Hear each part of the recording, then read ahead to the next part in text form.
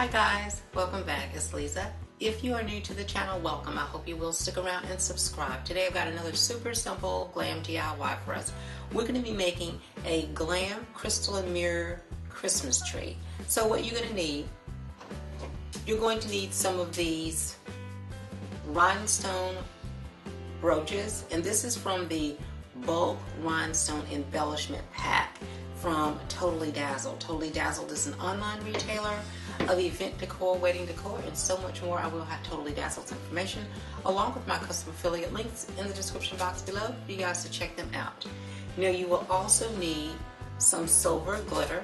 This is from Efavormart. Efavormart is an online retailer of event decor, event lighting, event supplies, and so much more. I will have Efavormart's information along with my custom affiliate links in the description box below for you guys to check them out as well. Now what you're going to need from Dollar Tree, you're going to need an 8x10 mirror. You're going to need some tacky glue. And you're going to need a little foam paintbrush.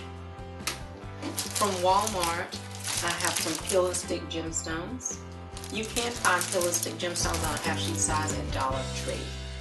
I'm going to be using hot glue to assemble this project, but if you'd like to make any components permanent, please use something like an E6000 or an epoxy bond, and that will help to make it permanent.